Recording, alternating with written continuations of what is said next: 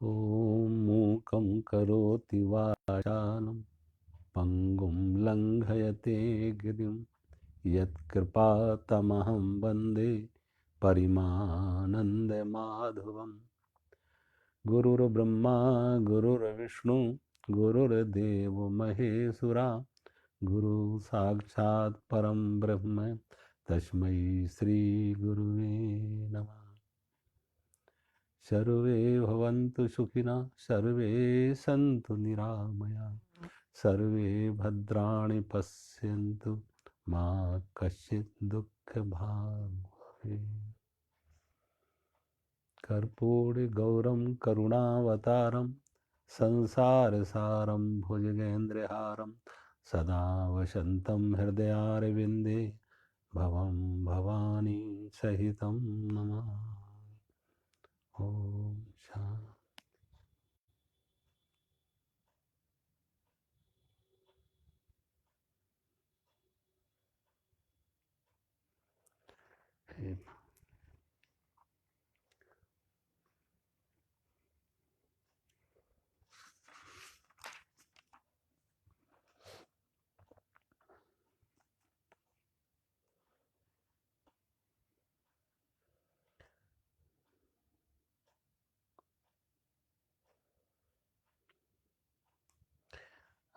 गीता के अध्याय 3 का श्लोक नंबर 41, 42, 43।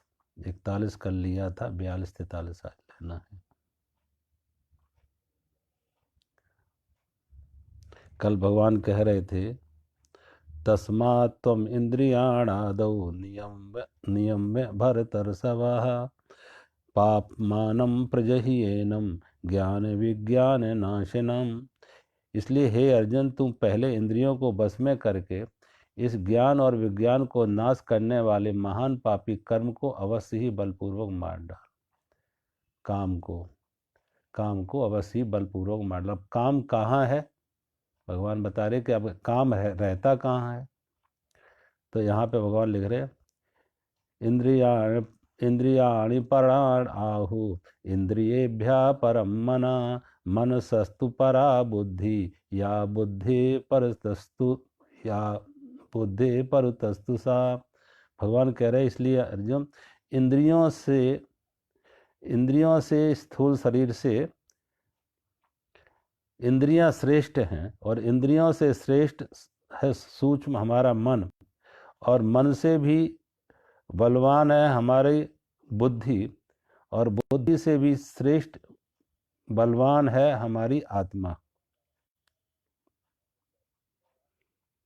और वही अगले श्लोक में भगवान कह रहे हैं एवं बुद्धि परम बुद्ध्वा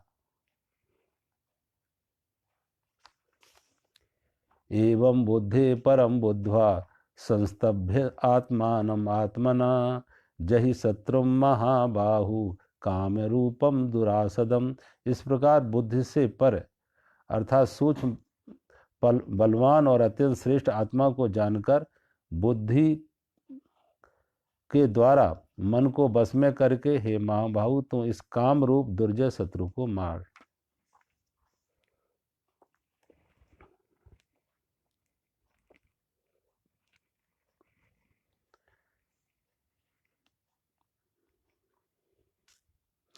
भगवान बार बार काम को मारने की बात करते हैं कि काम को अर्जुन तुम मार। बलवान अर्जुन को कभी महाबाहु कह रहे, बलवान कह रहे। अब महाबाहु का अर्थ है कि तुम्हारी भुजाओं में शक्ति है, क्योंकि तुम क्षत्रिय हो, योद्धा है, गांडीवधारी हो, तो तुम बलवान हो। लेकिन बलवान का अर्थ जो है जो विजय पा सके। बलवान का इतना ही अर्थ है कि जो विजय पा सके। तो तुमने जैसे बाहर के शत्रुओं पर विजय पाई है, ऐसे ही हमारे जो अंदर के शत्रु हैं। अब एक बाहर के शत्रु तुम्हें दिखते हैं, जहां तुम्हारा गांडीव काम आ जाता था, तुम्हारी बलवान भुजाएं काम आ जाती थी, जहां तुम्हारा रण कौशल शास्त्र विद्या काम आ जाती थी। लेकिन एक और युद्ध है और एक और शत्रु हैं, वो भगवान कह रहे तुम्हारे अंदर में है। और अंदर के जो शत्रु हैं काम, क्रोध, लोभ, मोह, अहंकार, इन्हें कैसे मारा जाए, इनसे मुक्ति। और बाहर के शत्रु उतने दुखदाई नहीं है, उन शत्रुओं से पाला कभी कभी पड़ता है, लेकिन जो अंदर के शत्रु हैं वो नित्य वैरिणाम, भगवान कहते हैं नित्य वैरिणाम, हर क्षण हर पल तुम्हारे साथ हैं। तो जो अंदर के शत्रु हैं इनको कैसे जीता जाए, इनको कैसे मारा जाए, इन पर कैसे विजय पाई जाए। तो उसीलिए भगवान बता रहे हैं कि विषयों से सूक्ष्म है हमारा मन, हमारी इंद्रियां। अब देखो, विषय तो विषय हैं, वो ना सुख देने वाले हैं ना दुख देने वाले हैं, ना विषय बताएंगे, कोई रंग नहीं बताएगा कि मेरा रंग ये है, कोई भोजन नहीं बताएगा कि मेरा स्वाद ये है, कोई शब्द नहीं बताएगा कि मैं शब्द हूं, मैं संगीत हूं। संगीत खुद नहीं बताएगा कि वो प्रिय है अप्रिय है या नहीं है। ये बाहर के विषयों का ज्ञान कैसे हुआ? इंद्रियों के कारण से। 5 इंद्रियां हैं तो संसार के विषयों का 5 तरह के हमने अनुभव लिए। आंख से रूप देखा, जीभ से स्वाद लिया, कान से शब्द संगीत ग्रहण किया, नासिका से सुगंध का अनुभव किया और त्वचा से स्पर्श, कोमल है या कठोर। तमाम प्राणी ऐसे हैं जिसमें ये 5 ज्ञानेंद्रिय नहीं है, किसी में 1-1, 2-2 ज्ञानेंद्रिय हैं।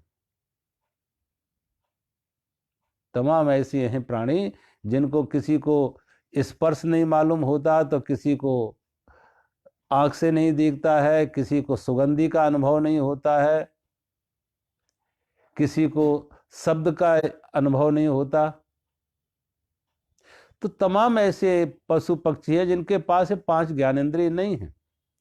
और अगर सोचो आदमी के पास 5 की जगह 6 ज्ञानेंद्रिय होती, 1 ज्ञानेंद्रिय और कोई होती, तो हमें कुछ और नई बात दिखती संसार में।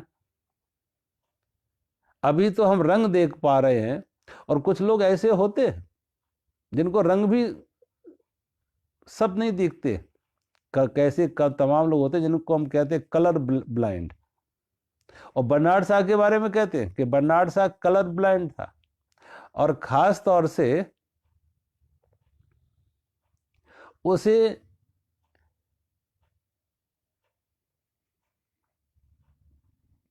बैंगनी कलर नहीं दिखता था, बैंगनी कलर नहीं दिखता था, और उसको ज्यादा प्रिय होता था ऑरेंज कलर। ऑरेंज कलर ज्यादा प्रिय था।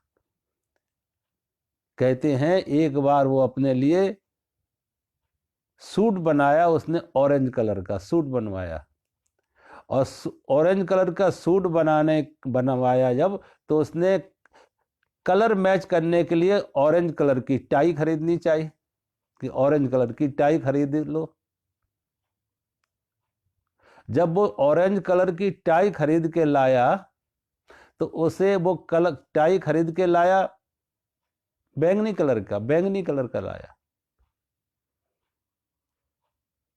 उसके रसोइया ने बताया उसे कि ये तो आपके सूट के साथ मैच नहीं कर रही है, ये तो आपके सूट के साथ मैच नहीं कर रही है। तो उसने कहा क्यों, ये तो ऑरेंज है। तो रसोइया ने कहा नहीं, ये ऑरेंज नहीं है, ये ऑरेंज नहीं है, बैंगनी कलर की है। उसने और 1-2 से पूछा, उन्होंने भी कहा ये बैंगनी कलर की, ऑरेंज नहीं है।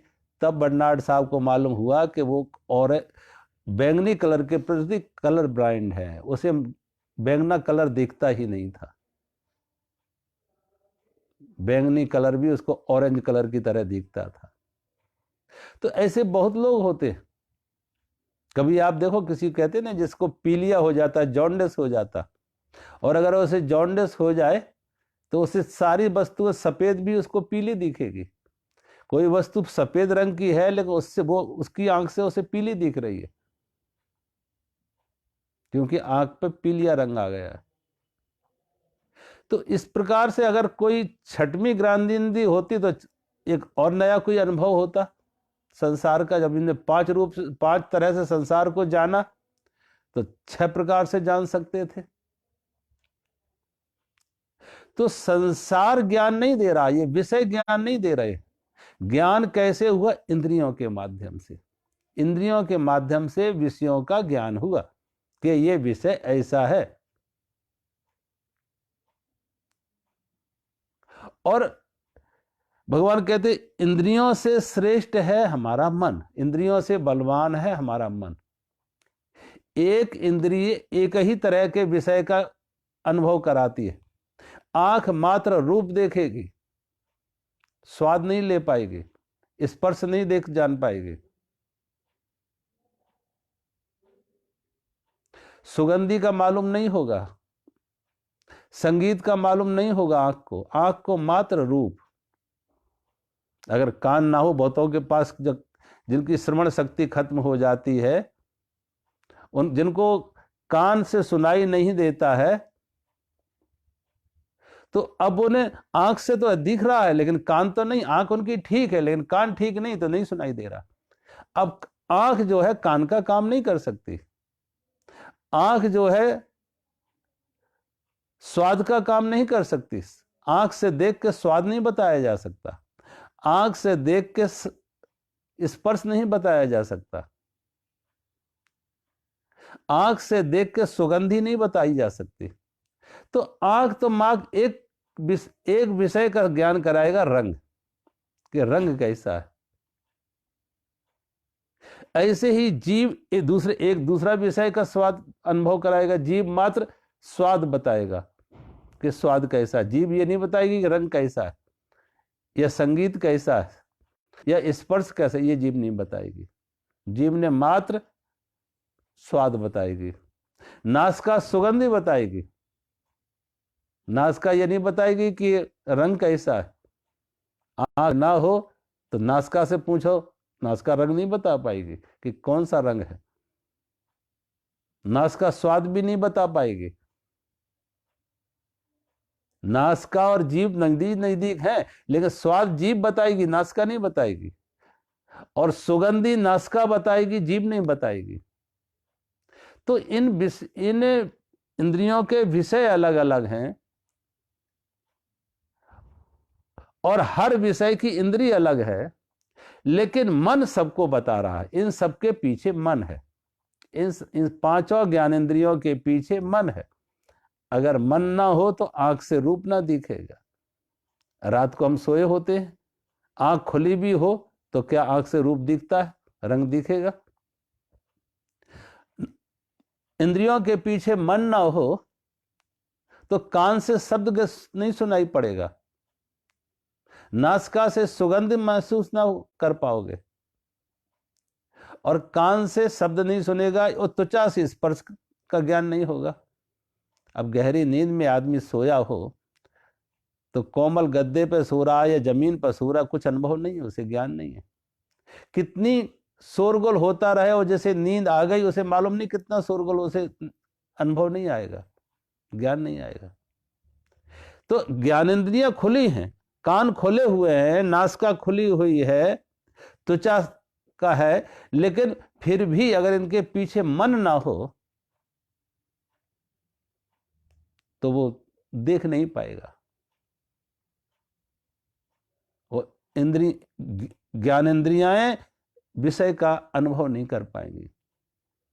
एक आदमी के घर में आग लग जाती और वो घर की तरफ दौड़ता हुआ जा रहा, मार्ग में उसको मिलने वाले बहुत लोग, कोई उसको नमस्कार कर रहा, प्रणाम कर रहा, कोई उसे नाम लेके भी पुकार रहा, बुला रहा, लेकिन वो न किसी की आवाज भी नहीं सुन पा रहा, वो किसी को देख भी नहीं पा रहा कि कौन नमस्कार कर रहे, क्योंकि उसके मन पे घर में आग लग गई, घर में आग लगी है, वो छाई हुई थी। मन उसका व्यस्त हो गया था घर की आग में। मन की व्यस्तता घर की आग में चली गई। अब मन खाली नहीं है, लोगों को आंख है लेकिन देख नहीं पा रहा, कान है लेकिन सुन नहीं पा रहा कि लोग जब उसका नाम लेके पुकार रहे वो सुन नहीं पा रहा, आंख है, लोग उसको प्रणाम कर रहे लेकिन वो कोई उत्तर नहीं दे रहा क्योंकि वो देख नहीं पा रहा, क्योंकि मन पर घर में आग लगी है, वो हावी हो गई। आंख होते हुए आंख से नहीं देख पा रहा, कान होते हुए कान से नहीं सुन पा रहा, और रास्ते में दौड़ता हुआ जा रहा, अगर कोई कांटा वाटा भी लग जाए, चोट भी लग जाए, तो उसकी भी उसे परवाह नहीं है, क्योंकि मन नहीं है ये जानने के लिए कांटा लग गया, पैर में चोट लग गई है, वहां भी मन नहीं है, वो दौड़ता जा रहा घर की तरफ। पैर के कांटे की, पैर की चोट की भी उसने परवाह नहीं की, मन नहीं है। तो इंद्रियां विषयों का ज्ञान तभी करा पाती हैं जब उनके पीछे मन हो। तो विषयों से इंद्रियां बलवान है, इंद्रियों से मन बलवान है, इंद्रियों से भी ज्यादा हमारा मन बलवान है, इनके पीछे मन हो तभी। प्रायः होता क्या, आप देखें कि व्यक्ति मन की जल्दी नहीं सुनता है, धीरे धीरे इंद्रियां अपनी एक आदत बना लेती हैं। कोई बीड़ी सिगरेट पीने वाले को देखो, वो अगर बीड़ी सिगरेट पीता है तो उसकी एक आदत बनी है कि वो बैठा है, कब उस पढ़ रहा था, लिख रहा था, क्या कर कुछ भी कर रहा था, कुछ करते हुए भी अचानक उसके अंदर से तलफ उठती, आदत आती, और वो जेब में हाथ डालता, सिगरेट निकालता, माचिस से सुलगाता, मुंह में रख लेता और पीने लगता सिगरेट। अब सिगरेट का धुआं कोई स्वाद है, और धुएं को बाहर निकालना, अंदर ले जाना, बाहर निकालना, अंदर ले जाना, इससे ज्यादा मूर्खता और क्या लगेगी, इसमें क्या है, लेकिन आदमी कर रहा। और उस समय वो मन की नहीं पूछेगा, मन की वहां जरूरत ही नहीं है। इंद्रियों ने एक आदत बना ली है, और जो आदत बना ली है, एक हैबिट बन गई है, एक संस्कार बन गया, उस आदत से वो इंद्रियां चल रही हैं, मन की परवाह नहीं है।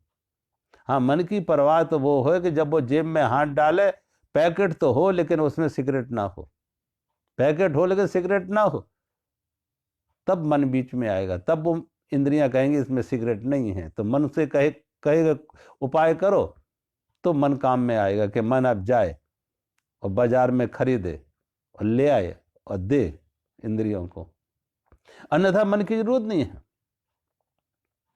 और बहुत बार आप देखें, अगर वो मन को बीच में लाए, सजगता से करे, सिगरेट पिए तो सजगता में, जेब से सिगरेट निकाले होशपूर्वक, सुलगाए तो होशपूर्वक, पिए तो होशपूर्वक, तो आप देखो वो आदत छूट जाएगी। क्योंकि सारा का सारा मैकेनिकल हो रहा है, एक मूर्छा में हो रहा है, एक आदत में हो रहा है, एक बेहोशी में हो रहा है, इसलिए चल रहा। अगर उसके साथ सजगता में हो कि मैं सिगरेट निकाले, सिगरेट सुलगाए, सिगरेट पिए, धुआं बाहर आ रहा, अंदर आ रहा, होश हो जाए, इसमें सजगता आ जाए, साक्षी भाव आ जाए, तो आदत छूट जाएगी।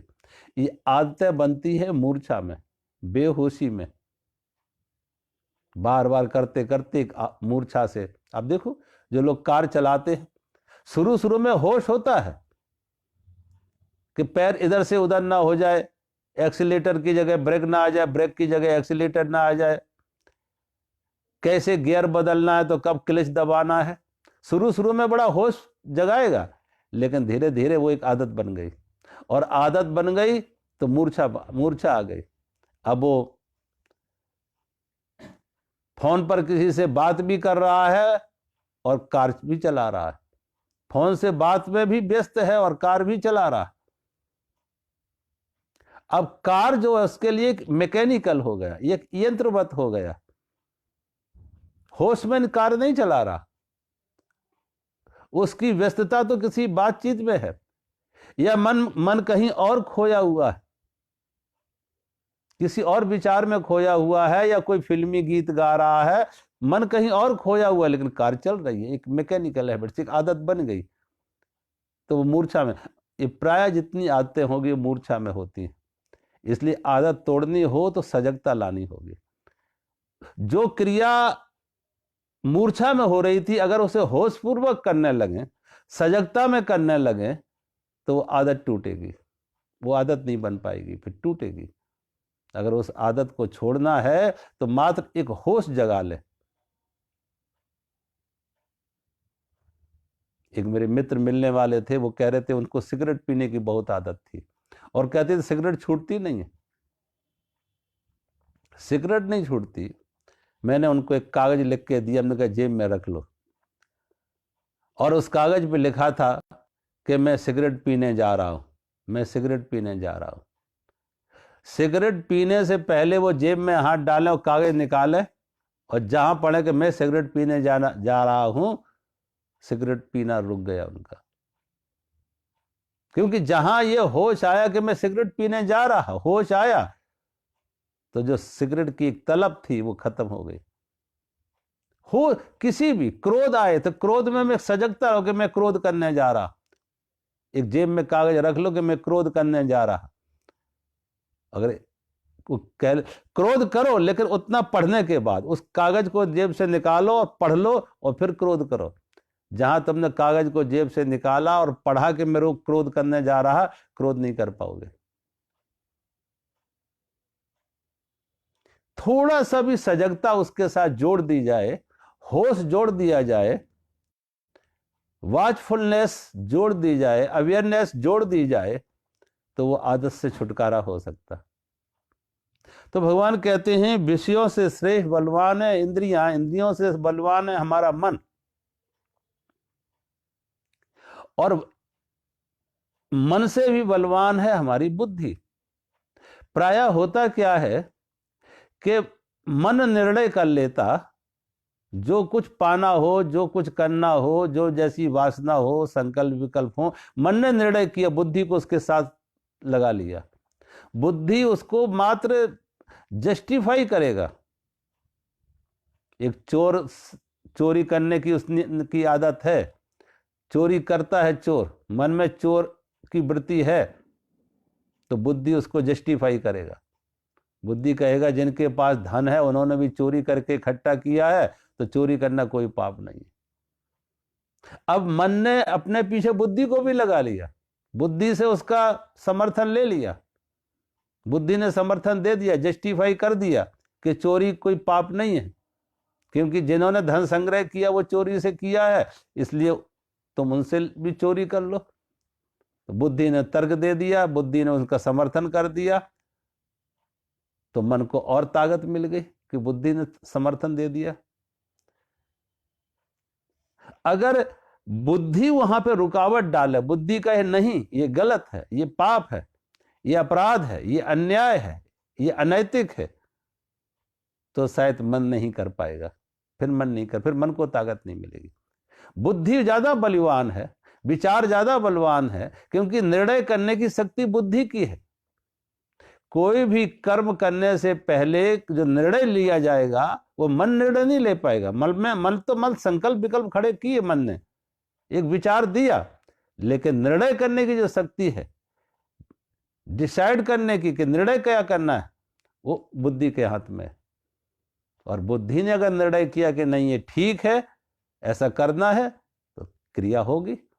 और बुद्धि ने कहा नहीं ऐसा करना ठीक नहीं है, ये अनैतिक है, अपराध है, ये पाप है, तो क्रिया नहीं हो पाएगी। तो इन विषयों से श्रेष्ठ है हमारे इंद्रियाएं, इंद्रियों से श्रेष्ठ है मन, मन से श्रेष्ठ है हमारी बुद्धि। और ये सबके सब जड़ है और कर्ण है, ये इंस्ट्रूमेंट्स है। शरीर, मन, बुद्धि, इंद्रियाएं, ये हमारे इंस्ट्रूमेंट्स हैं। अब ये इंस्ट्रूमेंट के पीछे इनका मालिक कौन है, इन्हें चलाता कौन है? अब यहां पे थोड़ा सा भूल हो रही है। अभी तक तो ये काम कर रहा है हमारा अहंकार, अहंकार बुद्धि का उपयोग कर रहा है। और अहंकार का अर्थ है कि शरीर मन बुद्धि के साथ तादात्म्य, शरीर मन बुद्धि के साथ तादात्म्य अहंकार बना।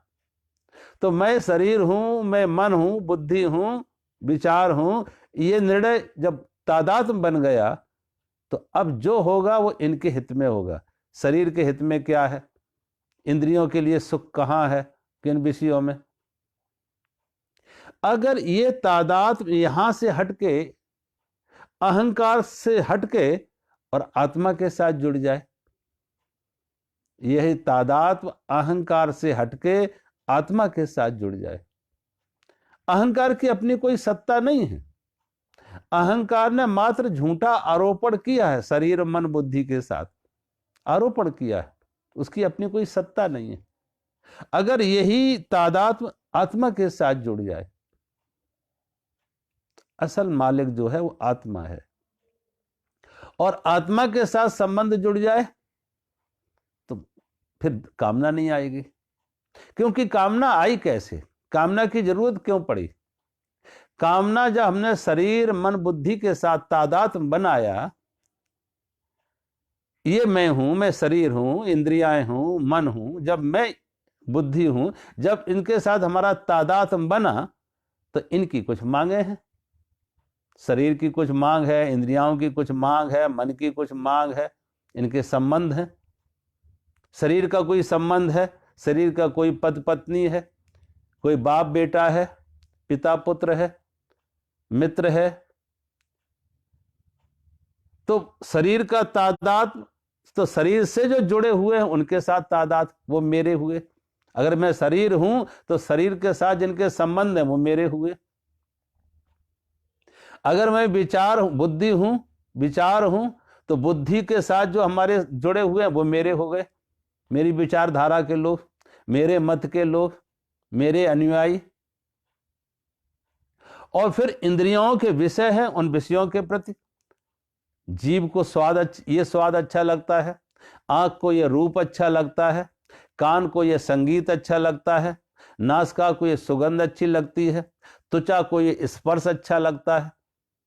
तो वो जो इंद्रियों के साथ उनके विषय।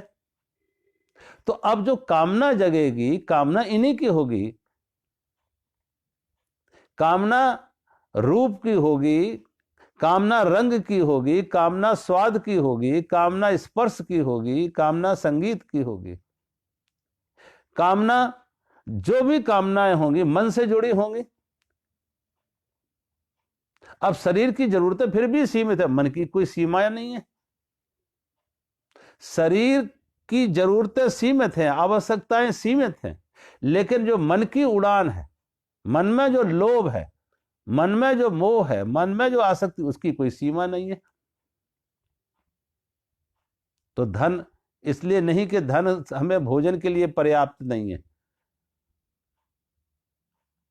बड़ी कोठी चाहिए, बड़ी कार चाहिए, क्योंकि दुनिया को दिखा सके कि मैं भी कुछ हूं। दुनिया को दिखा सके मैं भी कुछ हूं, ये चाह किसकी है? ये इंद्रियों की चाह नहीं है, ये मन की चाह। मन कह रहा है कि दुनिया को दिखा सकूं मैं भी कुछ हूं। तो बड़ी कार हो, बड़ी कोठी हो, बड़ा कारोबार हो, बड़ा पद हो। ये पद की दौड़ किसके लिए है? ये सब अहंकार, ये मन, कि दुनिया को दिखा सके मैं भी कुछ हूं। ये मन की भूख है, मन की चाह है, मन की उड़ाने हैं, मन के स्वप्न हैं। तो अब जो कामनाएं होती हैं वो तभी तक कामनाएं संभव हैं जब तक हमारा तादात्म्य शरीर मन इंद्रियों के साथ है। तो तादात्म्य कामनाएं रहेंगी। और जिस दिन ये संबंध आत्मा के साथ जुड़ जाए तो आत्मा का कोई मित्र नहीं, आत्मा का कोई शत्रु नहीं, आत्मा का कोई अपना नहीं है, आत्मा का कोई पराया नहीं, आत्मा का जन्म नहीं, आत्मा की मृत्यु नहीं, आत्मा के साथ किसी का संयोग नहीं, आत्मा के साथ किसी का वियोग नहीं, आत्मा का कोई मान नहीं, आत्मा का कोई अपमान नहीं। अब सोचो, तो वहां कामना कहां रुकेंगी?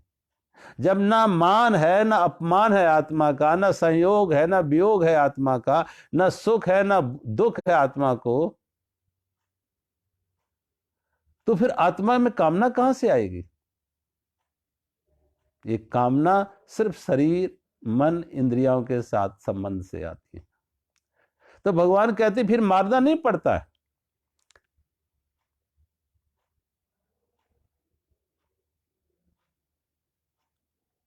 भज गोविंद में भगवान शंकराचार्य ने कहा, मोक्ष के लिए कहा, मोक्ष मुक्ति कैसे मिले? कुरुते गंगा सागर गमनम कुरुते गंगा सागर गमनम व्रति पर पालन अथवा दानम ज्ञान विहीनम सर्वमतेन ज्ञान विहीनम सर्वमतेन मुक्ति भजति ना जन्म सतेन भज गोविंदम गोविंदम भज मूढ़ मते। भगवान कहते कुर्ते गंगा सागर गमनम व्रति परपालन अथवा दानम ज्ञान विहीनम सर्वमतेन मुक्ति भजत ना जन्म से। अब तो कितनी यात्राएं, तीर्थ यात्राएं की, गंगा की, गंगा सागर की, कितनी तीर्थ यात्राएं की, व्रत परपालन अथवा दानम, कितने उपवास किए हैं, व्रत किए, कितना दान पुण्य किया है। लेकिन भगवान शंकराचार्य लिख रहे ज्ञान विहीनम सर्वमतेन, अगर ज्ञान नहीं है तो सभी संत, सभी शास्त्र, सभी विद्वान महापुरुष, सभी ज्ञानी एक ही निर्णय करते हैं, ज्ञान विहीनम सर्वमतेन मुक्ति भजति ना जन्म से। एक नहीं 100 जन्म भी ले लो तो बिना ज्ञान के मुक्ति नहीं मिलेगी। और मुक्ति किससे? मुक्ति किससे? मुक्ति इसी वासना से मुक्ति, कामना से मुक्ति, अज्ञान से मुक्ति, अहंकार से मुक्ति। मुक्ति भजत ना जन्म सतेन, एक नहीं 100 जन्म भी मिल जाए तब भी हम दुखों से छुटकारा नहीं होगा, दुखों से मुक्त नहीं हो पाएंगे ज्ञान विहीन हो, अगर ज्ञान नहीं है। क्योंकि ज्ञान आया तो शरीर से, शरीर मन बुद्धि इंद्रियों से तादाद हट के आत्मा से हुआ। अब मैं शरीर नहीं, इंद्रियां नहीं, मन नहीं, विचार नहीं, मैं आत्मा हूं। और जहां तादाद आत्मा के साथ हुआ, ज्ञान आया, तो फिर कामना कहां से आएगी? फिर कामना संसार की कैसे होगी? क्योंकि जो सुख हम उधर खोज रहे थे तो वो सुख हमें यहाँ मिल गया। भाई रेगिस्तान में के पानी को, रेगिस्तान की चमकती हुई बालू में वही हिरण दौड़ेगा, मृग तृष्णा में वही हिरण दौड़ेगा जो प्यासा है। और अगर उसकी प्यास ही नहीं है, उसे पानी की जरूरत ही नहीं है, दौड़ेगा क्यों? ये छलावा, दिखावा, इल्यूजन मृग तृष्णा का उसी को हो रहा जो प्यासा है, और जिसकी प्यास ही नहीं है वो क्यों दौड़ेगा? इसलिए संसार में जो सुख के लिए दौड़ रहे वही दौड़ रहे हैं जो प्यासे हैं। संसार में सुख के लिए, पद के लिए, प्रतिष्ठा के लिए, धन के लिए, मान के लिए वही दौड़ रहे हैं जो अंदर से अतृप्त हैं। जो अंदर से अतृप्त हैं, अभावग्रस्त हैं, वो अपने अभाव को भरना चाहते हैं पद से, पैसे से। जो अतृप्त हैं वो तृप्ति खोज रहे हैं धन में, वो तृप्ति खोज रहे हैं मान में, जो अतृप्त है। और जो खोज रहे हैं वो जिधर, वहां मिलेगी नहीं। और जो आत्मा से जुड़ा वो अतृप्त नहीं है। जो आत्मा से जुड़ा वो अतृप्त है ही नहीं, उसकी प्यास है ही नहीं। और जब प्यास ही नहीं है उसकी, तो धन और मान की कामना क्यों करेगा? पद और प्रतिष्ठा की दौड़ में क्यों दौड़ेगा?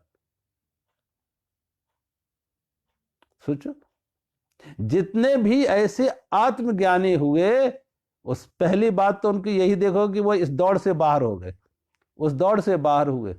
बुद्ध संसार की दौड़ से बाहर हो गए, महावीर संसार की दौड़ से बाहर हो गए, कबीर, फरीद, मीरा, नानक संसार की दौड़ से बाहर हो गए। वो संसार की दौड़ से बाहर हो गए, इसलिए तो जो संसार की दौड़ में हैं वो उन्हें जाके सम्मान देते, उनके पैर छूते हैं, उनके चरणों में बैठते हैं, क्योंकि वो संसार के दौड़ से बाहर है। ना उन्हें पद की दौड़ है, ना प्रतिष्ठा की दौड़ है, ना धन की दौड़ है, ना मान की दौड़ है। क्यों? कि प्यास ही नहीं है अंदर से। जो तृप्ति बाहर खोज रहे थे वो अंदर है, बाहर तो छलावा है, बाहर तो जल है नहीं, प्यास ही प्यास। रेत ही रेत मिलेगा बंदे, धोखा केवल पानी का। पानी का धोखा है, बाहर पानी है नहीं, इसलिए प्यास बुझेगी नहीं, प्यास तो और बढ़ेगी। जितना ज्यादा मिलेगा उतना ज्यादा और प्यास। जितना ज्यादा धन मिला, धन की प्यास और बढ़ गई। जितना ऊंचा पद मिला, पद की प्यास और बढ़ गई। जितनी ज्यादा प्रतिष्ठा होता तो सोचो, पद पाके किसी ने कहा कि बस मैं तृप्त हो गया, धन पाके किसी ने कहा कि मैं तृप्त हो गया, प्यास बुझ गई, अब धन नहीं चाहिए। जितना मिलता है उतनी प्यास और बढ़ जाती है, उतनी ज्यादा प्यास बढ़ जाती है। इन धनवानों की ज्यादा प्यास है निर्धनों से, इन पद वालों की बड़ी प्यास है जो पद पे नहीं है। जितने बड़ा पद उतनी बड़ी प्यास, जितना बड़ा धन उतना बड़ा प्यास, क्योंकि वहां तृप्ति है नहीं, वहां पानी है नहीं। पानी अगर किसी की प्यास कभी बुझी तो अपने अंदर से जब जुड़े, अपनी आत्मा से जो जुड़े, तो बुद्ध दौड़ से बाहर हो गए, महावीर दौड़ से बाहर हो गए, नानक उस दौड़ से बाहर हो गए, कबीर, फरीद, रविदास वो दौड़ से बाहर हो गए, क्योंकि उनकी प्यास ही नहीं रही। उन्हें अंदर से प्यास बुझ गई, अंदर से तृप्ति आ गई, अंदर उन्हें जल मिल गया। जो जीवन का सही स्रोत था, आनंद का परम स्रोत था, अंतर तृप्ति का परम स्रोत था, वो बाहर नहीं था, वो अंदर था, वो मिल गया, इसलिए वो दौड़ से बाहर निकल गए। और जो दौड़ से बाहर हैं, इसीलिए तो देखो ये दौड़ वाले उनके चरणों में जाके बैठते।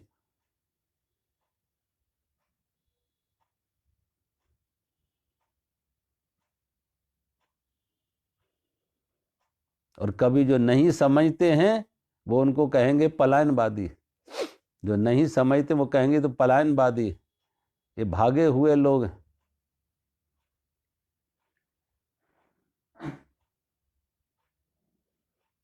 भगवान बुद्ध ने जब घर छोड़ा तो भगवान बुद्ध के सारथी ने बहुत उन्हें समझाया, क्योंकि सारथी को ही लेके भगवान बुद्ध महल से निकले थे। और जब सारथी को विदा करने लगे कि अब तुम यहां से जाओ, यहां से मैं अब जंगल की तरफ जा रहे हैं, नगर की सीमा खत्म हो गई, तो जब वापस लौटाने लगे तो कहते हैं उस सारथी ने बुद्ध को बहुत समझाया, और बहुत समझाया कि जिस धन के लिए, मान के लिए, प्रतिष्ठा के लिए, सिंहासन के लिए, महलों के लिए, सुंदर पत्नी स्त्री के लिए संसार लालायित, उत्सुक है, कामना से भरा हुआ है, और वो तुम्हें सौभाग्य से सब मिला। वो सब तुम्हें, सब कुछ जिसके लिए सारी दुनिया बहुत उत्सुक है, बहुत उत्साहित है, पाने के लिए तरस रही है, वो सब सौभाग्य से तुम्हें मिला है। और तुम ऐसे ना समझ इन सबको लात मार के भाग रहे हो, तुम ऐसे ना समझ इन सबको लात मार के तुम भाग रहे हो, इन सबको त्याग रहे हो, ऐसे तुम ना समझ। भगवान बुद्ध से ज्यादा वो सारथी अपने को समझदार मान रहा, वो सारथी अपने को समझदार मान रहा और बुद्ध को समझा रहा। भगवान बुद्ध ने कहा, जब भगवान बुद्ध ने कहा जहां तुम सुख देख रहे हो मुझे वहां आता हुआ दुख दिख रहा है, जहां महल दिख रहे मुझे वहां खंडर दिख रहा, जहां तुम्हें सुंदरता दिख रही वहां मुझे आती हुई कुरूपता दिख रही है, और वहां मुझे आग की लपटें दिख रही है, आग की लपटें दिख रही है। एक आ चुकी है, एक आने वाली है, एक ही सिक्के के दो पहलू हैं। एक सिक्का का सामने है तो दूसरा पीछे है, एक आ चुका है, दूसरा आने वाला है। हम वो देख पा रहे हैं जो आने वाला, आज नहीं तो कल आने वाला है। वहां मौत भी आएगी, वहां वियोग भी आएंगे, महल ये खंडर भी होंगे, आग की लपटें होंगी, ये सब मुझे दिख रहा है। अंत में उसने कहा, बुद्ध के अहंकार पे और चोट की कि लगता है तुम बड़े पलायनवादी हो, पलायनवादी हो, भागने वाले हो, भगेड़ी हो, भागने वाले हो। जब कहा पलायनवादी हो तो बुद्ध ने कहा सारथी से कि देखो, अगर कोई महल, घर में आग लगी हो, और घर में आग लगी हो और कोई घर का मालिक घर छोड़ के बाहर निकल रहा है, अगर घर में आग लगी हो और घर में रहने वाले लोग घर को छोड़ के बाहर निकल रहे, तो उन्हें तुम क्या कहोगे? वो पलायनवादी कहोगे कि घर से बाहर क्यों निकल रही है, पलायनवादी। उन्हें पलायनवादी कहोगे, घर से निकल रही है पलायनवादी है, घर छोड़ के निकल रहे। पलायनवादी वो कहेंगे जिनको आग नहीं दिख रही है, और जिनको आग नहीं दिख रही है उनको लगता है कि ये पलायनवादी है, और जिन्हें आग दिख रही है वो कम से कम इस आग से बाहर निकलो, अपने को बचाओ, अपने को बचा लो। भगवान बुद्ध कहते, भगवान बुद्ध को वहां आग की लपटें दिखती। इसलिए इन ज्ञानियों को देखो, इन्होंने वहां कुछ, उन्हें मालूम है कि यहां कुछ है नहीं, इनमें तृप्ति नहीं है, इसमें संतोष नहीं है। तो जब आत्मा के साथ संबंध बन जाता तो अहंकार खत्म हो जाता। झूठा अहंकार जो हमने जोड़ रखा था शरीर मन के साथ, वो खत्म हुआ तो कामनाएं कहां से आई? कामनाओं को रोकने का कोई उपाय नहीं रहा। कामनाएं आई अज्ञान से, और अज्ञान इस बात का शरीर मन के साथ तादात्म्य, और शरीर और मन इंद्रियों के साथ तादात्म्य, तो सुख वस्तुओं और व्यक्तियों में है, फिर संसार में है, धन और मान में है। वो तादात्म्य टूटा, वो आंख खुली, वो स्वप्न टूटा और आत्मा के साथ जुड़े तो अपने आप ज्ञान आया, तो वो दौड़ खत्म हो गई, वो प्यास खत्म हो गई, कामना खत्म हो गई, वो मांग, वो चाह, वो आतुरता वो खत्म हो गई।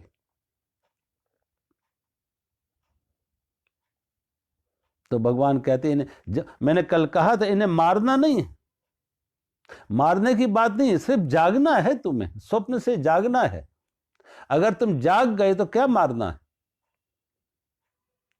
सोते सोते अगर कोई शेर ने हमला किया है, किसी टाइगर ने, किसी लायन ने सोते सोते हम पे स्वप्न में हमला किया, हम जंगल में हैं और हमला किया और शरीर घायल हो गया, खून बहुत बह रहा, दर्द बहुत है, और कभी सोए सोए ऐसे आदमी अचानक चीख पड़ते हैं। कोई पास में लेटा था, उसने जगा दिया, और जब जगा दिया तो वो ये नहीं कहता शेर से बचाओ, बंदूक उठाओ, शेर को मारो। शेर भी झूठा था, शेर का हमला करना भी झूठा था, और दर्द भी झूठा था, सारा झूठा था, कुछ नहीं था।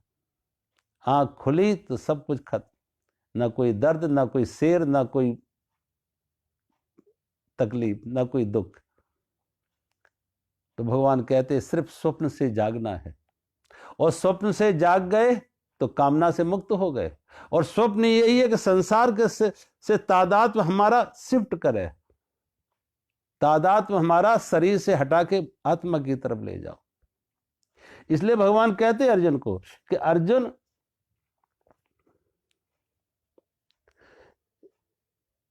बुद्धि से, विषयों से इंद्रियां श्रेष्ठ हैं, बलवान हैं, और इंद्रियों से हमारी बुद्धि श्रेष्ठ है, इंद्रियों से मन श्रेष्ठ है, मन से बुद्धि श्रेष्ठ है, और बुद्धि से परे आत्मा है।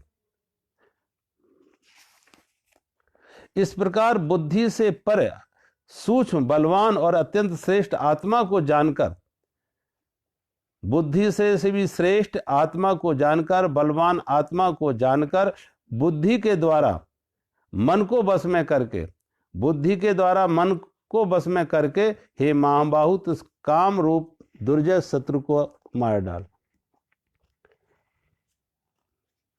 बुद्धि के द्वारा मन को बस में करके, बुद्धि के द्वारा मन को बस में करके। अभी तक ये बुद्धि क्या करती थी कि अभी तक ये बुद्धि करती थी मन का समर्थन, मन का साथ देती थी, क्योंकि तादात्म्य जब शरीर के साथ था, तादात्म्य जब इंद्रियों के साथ था, मन के साथ था, तो बुद्धि उस तरीके के तर्क दे रही थी। धन पाना है तो कैसे पाया जाए, पद पाना है तो कैसे पाया जाए, भाई एन कैन प्रकार बाई हुक बाई क्रुक, कैसे भी कुर्सी तक पहुंचना है, कैसे भी धन पाना है, तो बुद्धि वो निर्णय करती थी। अब अगर वही तादात हमारा टूटा, शरीर से टूटा संबंध, मन से, इंद्रियों से टूटा हमारा संबंध, तो वही बुद्धि अब हमें जो दुर्विचार दे रही थी, संसार के विचार दे रही थी, वही परमार्थ के विचार देने लगेगी। जो अनैतिक विचार दे रही थी, अब नैतिक विचार देने लगी। बुद्धि वही है, वही बुद्धि में दोनों ही बातें हैं कि बुद्धि का दुरुपयोग भी हो सकता, बुद्धि का सदुपयोग भी हो सकता। अब देखो, जो इस तरीके के अपराध में जाते हैं, और अपराधी लोगों के पास कोई बुद्धि कम नहीं है, बुद्धि उनके पास भी खूब है। ये बड़े बड़े जो घोटाले करने वाले लोग हैं, इनके पास बुद्धि कम नहीं, बुद्धि बहुत है। लेकिन ये बुद्धि का दुरुपयोग कर रहे हैं कि कैसे चोरी की जाए, कैसे लूटा जाए, कैसे किसी को धोखा दिया जाए। और क्यों धोखा दिया जाए, क्यों लूटा जाए, क्यों चोरी की जाए? क्योंकि उनको धन चाहिए, और धन चाहिए, उनकी प्राथमिकता धन है। धन आएगा तो मान मिलेगा, धन आएगा तो सुविधा मिलेगी, धन आएगा तो सुख मिलेगा।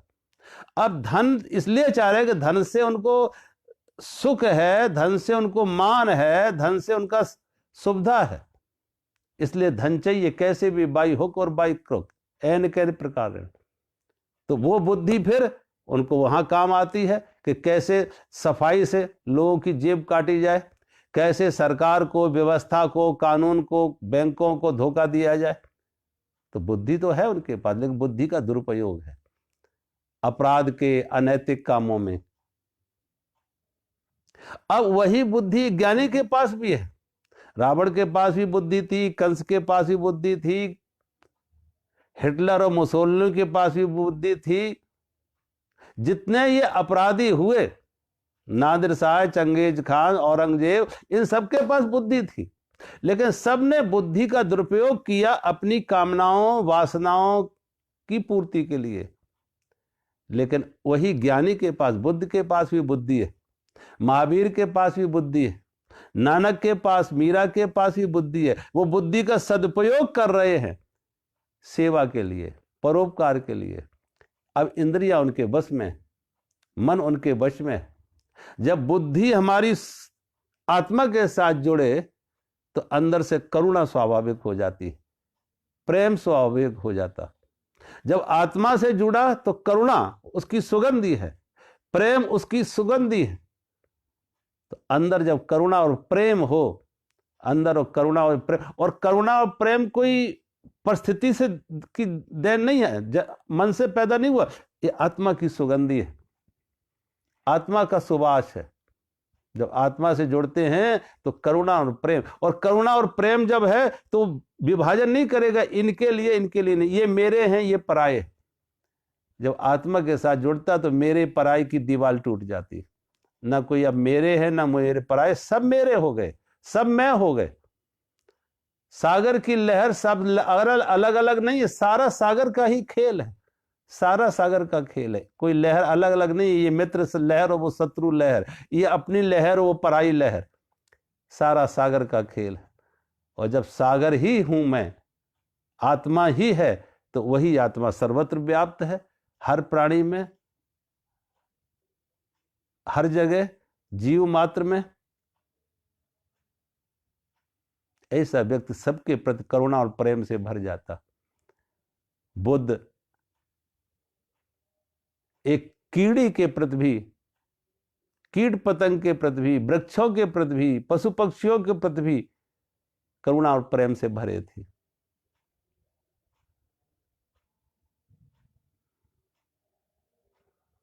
भगवान बुद्ध के समय में बिम्बसार नाम का एक राजा था।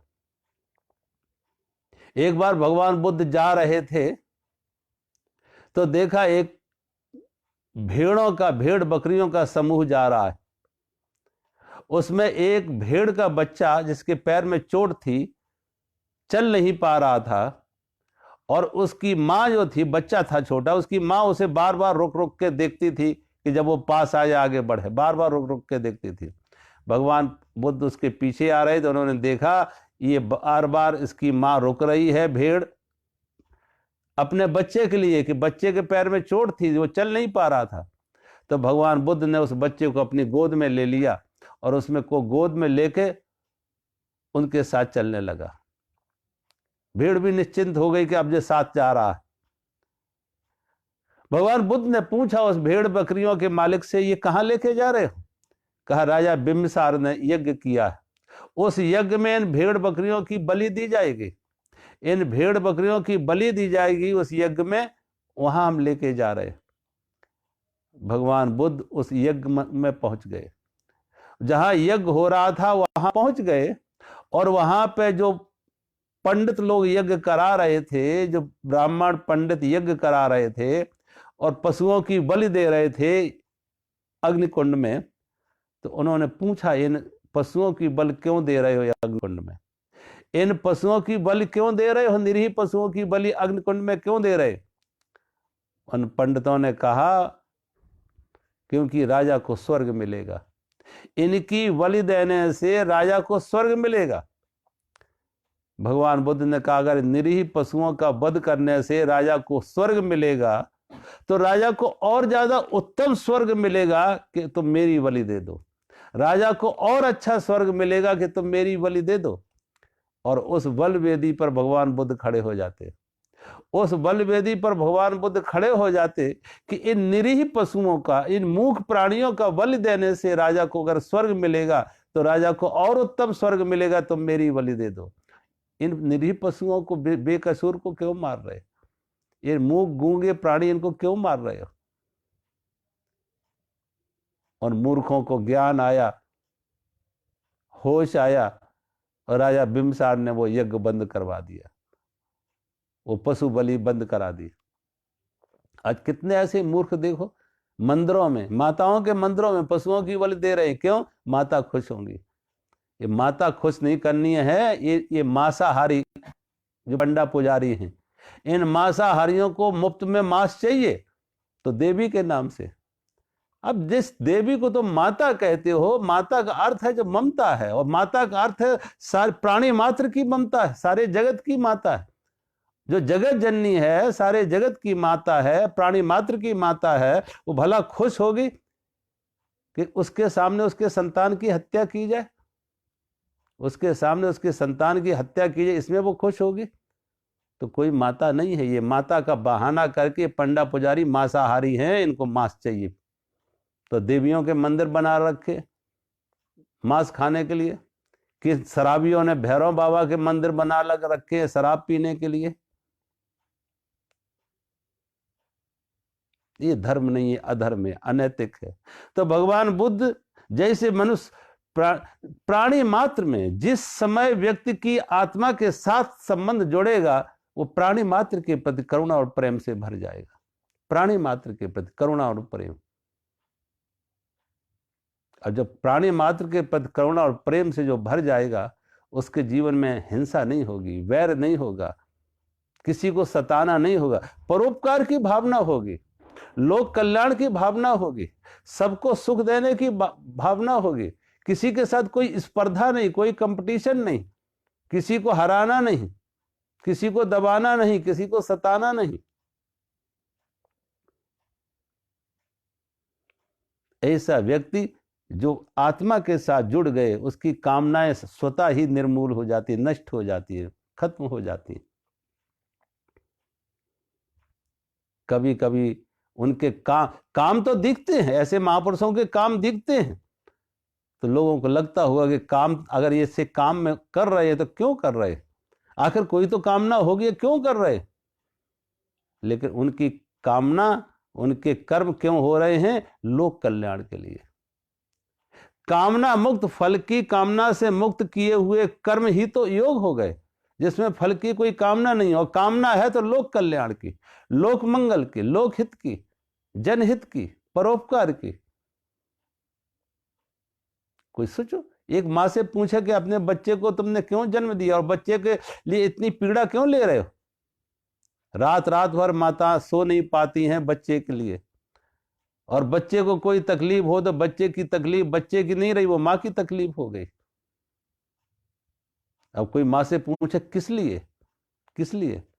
और अगर कोई माँ कारण बताए कि इसलिए कि ये बड़ा होगा तो मेरा सहारा बनेगा, बड़ा होगा तो मुझे सुख देगा, तो फिर तब वो माँ नहीं है। तब वो भी हो सकता है वो भी एक व्यापार हो। माँ यही कहेगी बात किस लिए की नहीं है, माँ यही कहेगी बात किस लिए की नहीं, कि मैं क्यों कर रही, बस मेरा प्रेम है, मेरा प्रेम है। जब प्रेम होता है तो वो इस प्रेम में कोई कारण नहीं होता कि हम किस लिए किसी की सेवा करूं, किस लिए किसी को कुछ दूं। प्रेम है तो प्रेम देता है, बिना कारण के देता है। प्रेम का स्वभाव है देना, प्रेम का स्वभाव है कुछ करना दूसरों के लिए।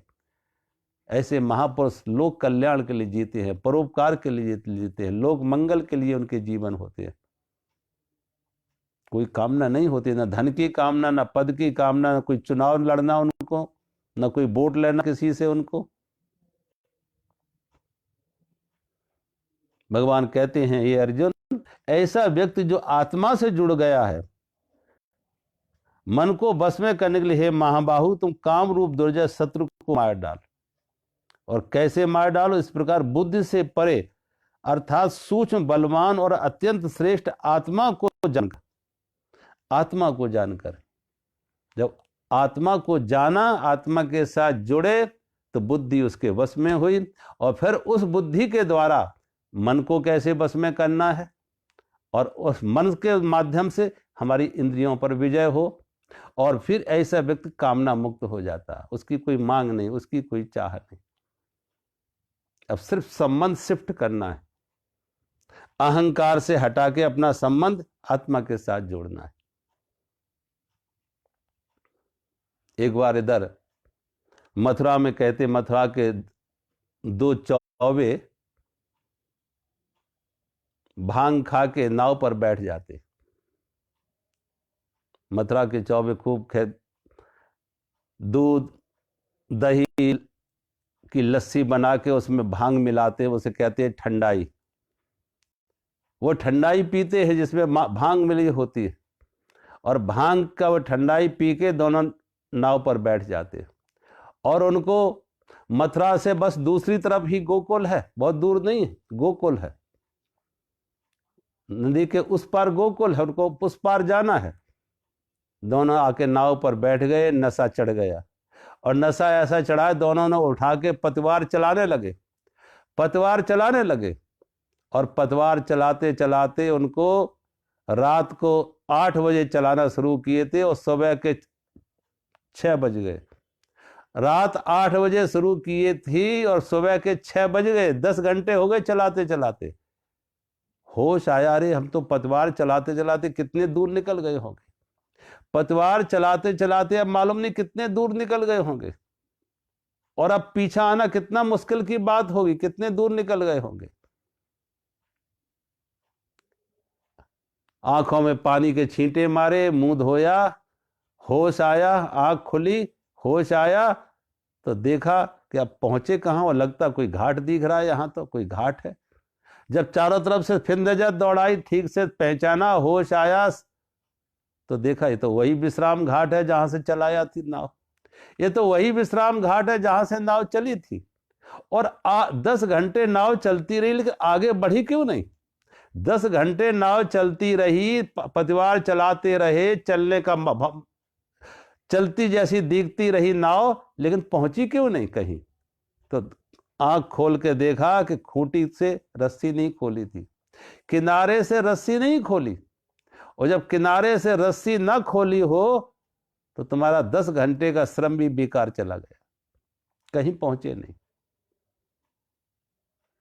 इसलिए भगवान कहते हैं कि अगर एक किनारे से दूसरे किनारे जाना है तो ये रस्सी खोलने पड़ेगी, तभी दूसरे किनारे की यात्रा होगी, ये रस्सी खोलने पड़ेगी।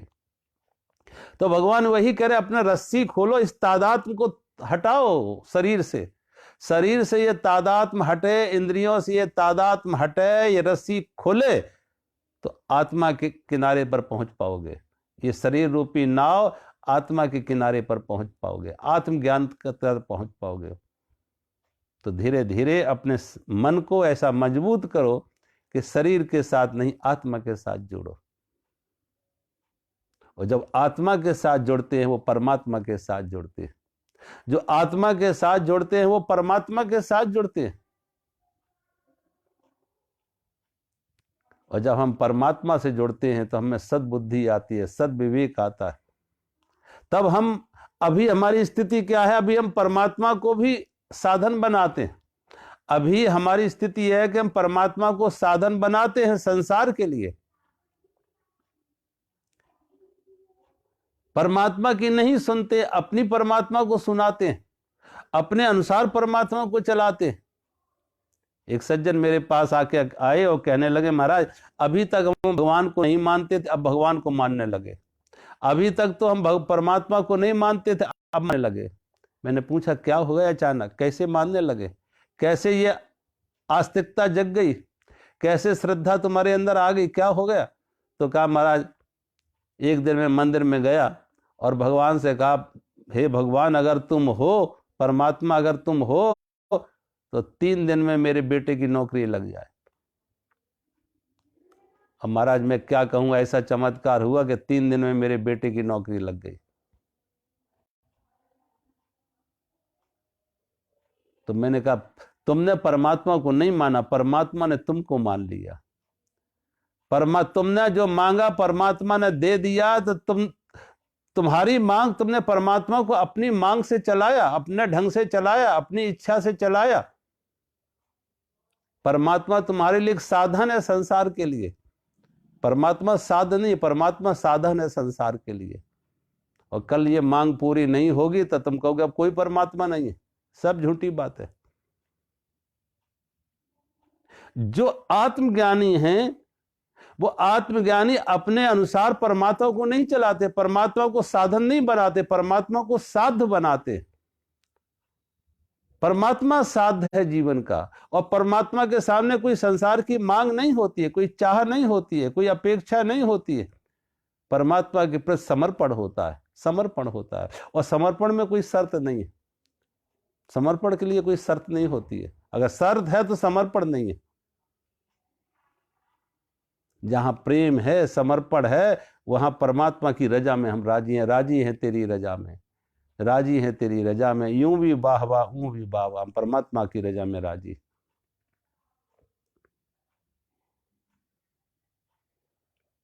तो भगवान कहते हैं कि अब कामना रूपी शत्रु से कैसे मुक्त हो। तो भगवान यात्रा उल्टी बता रहे कि इंद्रियों से, विषयों से इंद्रिय बलवान है, इंद्रिय से मन बलवान है, मन से बुद्धि बलवान है, और बुद्धि से हमारी आत्मा। और जब आत्मा के साथ जुड़ते हैं तो अहंकार दूर हो जाता, और फिर हमारा शरीर, मन, बुद्धि आत्मा के निर्देश से, आत्मा के अनुसार चलते, सेवा के काम करेंगे, परोपकार के काम करेंगे, लोक हित के काम करेंगे। तो भगवान कहते हैं फिर संसार की कामना का कोई कारण नहीं। वो कामना फिर बंधन नहीं होगी, वो संसार के कर्म हमारे लिए बंधन नहीं होंगे, दुख के कारण नहीं होंगे। तो आज हम यहीं विराम लेते हैं। आज ये श्रीमद् भगवद गीता का 3रा अध्याय समाप्त होता, और कल देखो पता नहीं परमात्मा क्या प्रेरणा दे, क्या करने का, कौन सा क्या लेते हैं, तो कल देखा जाएगा जैसा कुछ होगा। तो मेरा सभी को बहुत बहुत प्रणाम। हरि ओम।